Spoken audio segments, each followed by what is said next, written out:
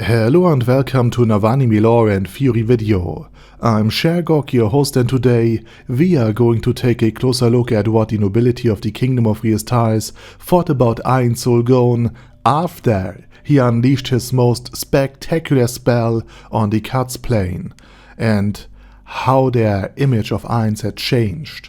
But before we're going to take a closer look at any of this, let me quickly thank my Patreons for supporting this channel, as well as say thanks to all users of the YouTube thanks function for making one-time donations. And with that said, let's get to the topic at hand.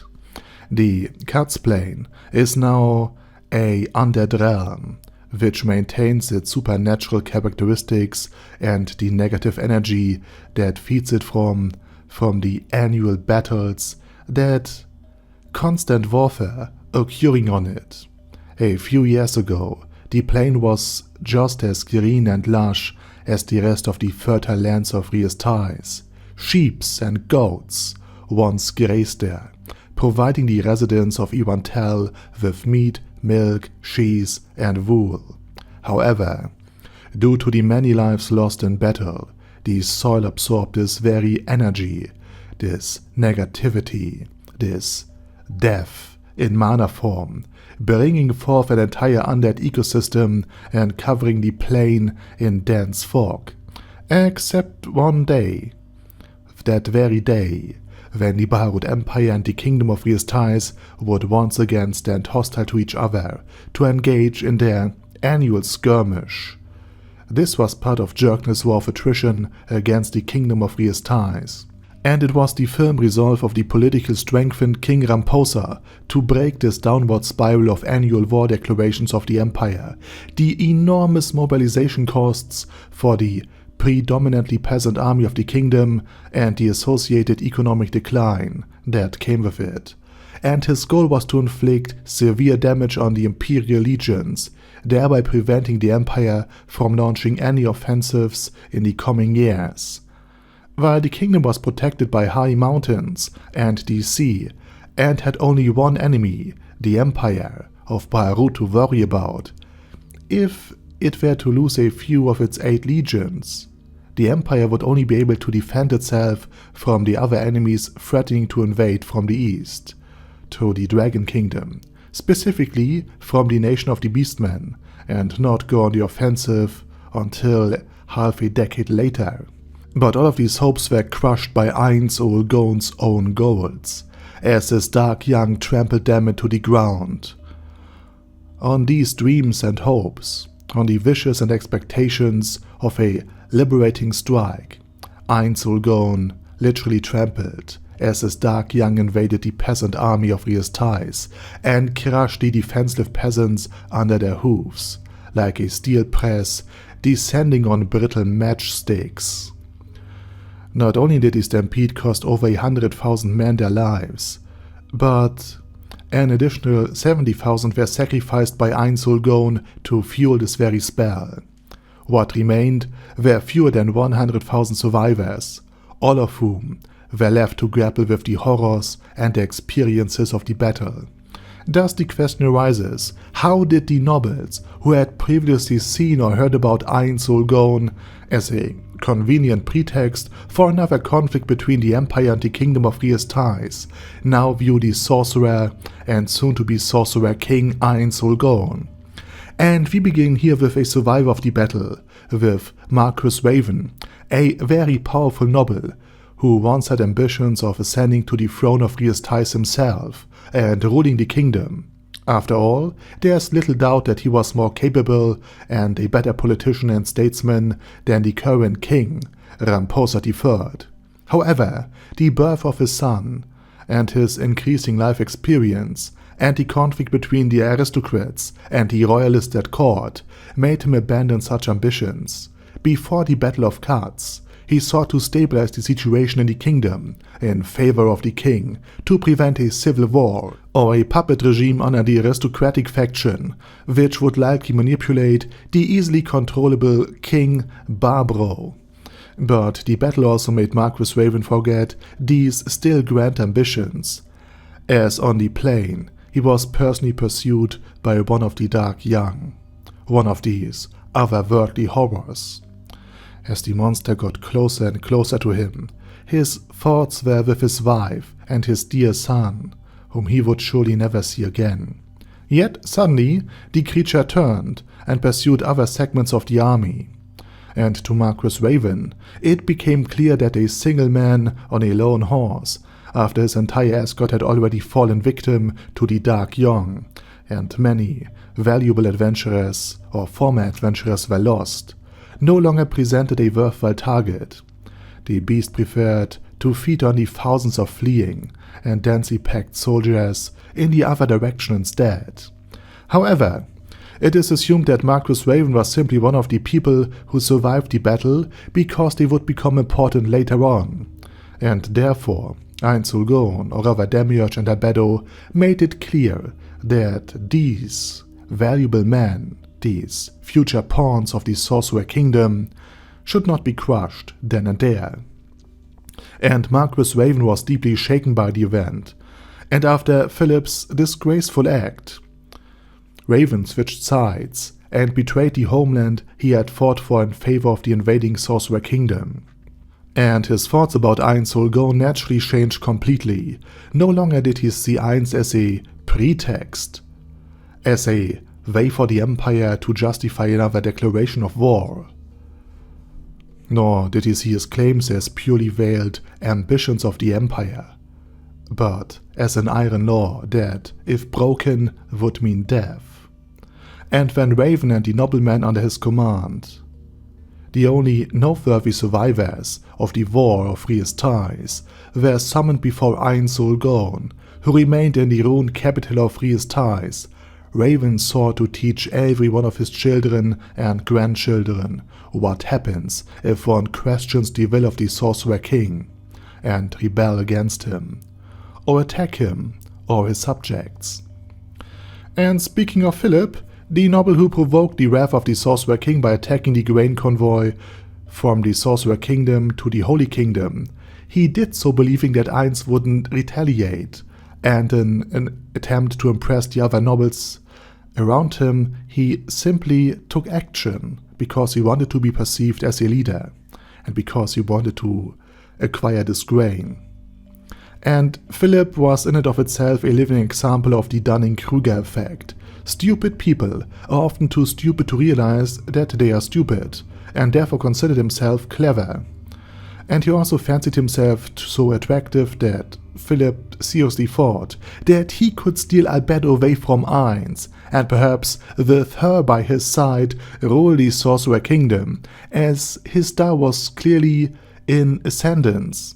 As mentioned, the man didn't understand how idiotic this idea was, and he managed to alienate the other nobles near his domain in the process. Because Philip comes from the lower gentry, and his lands were by no means able to produce everything necessary for survival, thus relied on cooperation with the other nobles around him, who after Ainz had taken their first and second-born sons on the Katze plain, naturally did not look favorable upon the Sorcerer King. Even Philip's father was shocked that his foolish son seemingly had no problem with the ruler who had caused the death of his brother. I mean, why would he? After all, this made Philip, the third-born son, the sole heir. And this boundless stupidity and dreamy naivety with which Philip carried on ultimately led to his downfall. The Prime Minister of the Sorcerer Kingdom herself paid him, and by extension his family, a visit after the capital of re-estize had already been conquered. And Albedo did what a certain Vlad Dracula had done before. She impaled Philip's father and all of the servants of the mansion.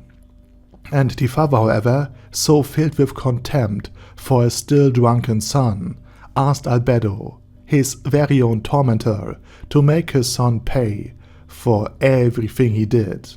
In other words, the nobleman and his followers saw Ainz more as a force of nature, a great power, whose wrath his foolish son had idiotically drawn upon himself and the entire nation. King Ramposa, who had witnessed the battle himself, heard the screams of his people, and the bell-like bleating of Ainz old Gon's goats, and the cracking of thousands of bones and bodies beneath their mighty hooves, was visibly shaken by the battle. Not only was he the king who had lost the battle, but he also had gotten what he wanted, in the worst way possible.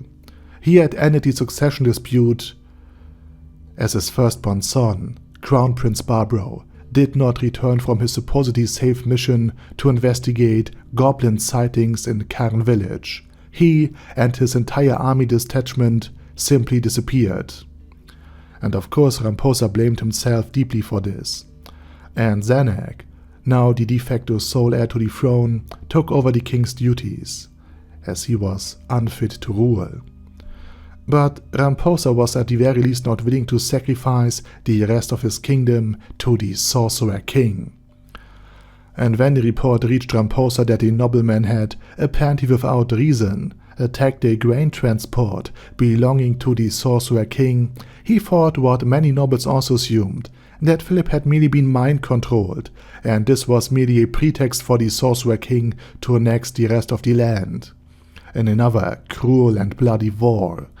But this was something Ramposa wanted to prevent at all cost, so he offered his own head to the Prime Minister of the Sorcerer Kingdom, Albedo, before the entirety of the assembled court, as a way to pay for what he considered Philip's supposed impudence. And at the same time, Ramposa could not sacrifice an, in his view, innocent nobleman, for this would further endanger the already weakened royal house and might lead to a revolt if the king were seen as merely a puppet of the sorcerer king, handing over his nobles to the executioner's block. And this is why Ramposa offered his own head instead, which earned him a certain degree of respect from Albedo. However, despite these gestures, the war Ramposa sought to prevent came. Zanak, now the new king, was betrayed by the rest of the nobility after failed negotiations with Ainz, and therefore was struck down with a sword. And this was clearly a consequence of the weakened position of the king and the royal house, and of the desperate situation. But during all of this, Zanak himself was not unappealing to the sorcerer king, and he earned his respect. And in return, Zanak noticed how surprisingly human Ainz, the undead overlord, seemed to him. And this was also the reason why the nobles who had betrayed Zanak and turned against him, and then presented his head to the sorcerer king, hoping to somehow avert the coming battle, were sent to an Uranus painkill, because whereas they would have been simply eliminated earlier, their punishment now was to live a life of pain and suffering. Because remember, death means in Ezeric that your pain ends. It is a mercy. And when these nobles, these betrayers, came before Ainz, he decided to punish them with the very life that they so desperately clung to. As for Princess Renna, as previously mentioned, she did not understand what was going on behind the Sorcerer King's unmoving and cold expression. How could she? She had seen how smart and capable Albedo was, with whom she had spent much time. She had seen how Demiurge conducted himself, and how the Sorcerer Kingdom operated and expanded in power. Everyone in her surrounding repeatedly emphasized that Ainz intellect was the sharpest among them all. And Renna therefore found Ainz terrifying and wanted to work hard to prove herself worthy to Nezarick.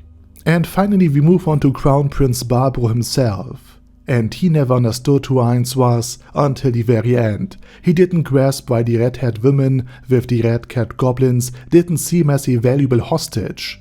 After all, he was a crown prince, or why a goblin army had suddenly manifested itself. He died a fool. And after half an hour of suffering, Lupus Regina seemed to get bored with him, and he was allowed to rest in peace.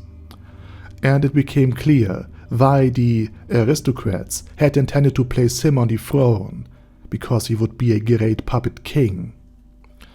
And as for the rest of the nobility, They had simply viewed Ainz as the pretext or creation of the empire, and after the battle on the Katze plain, cursed him because the undead sorcerer king had taken their sons.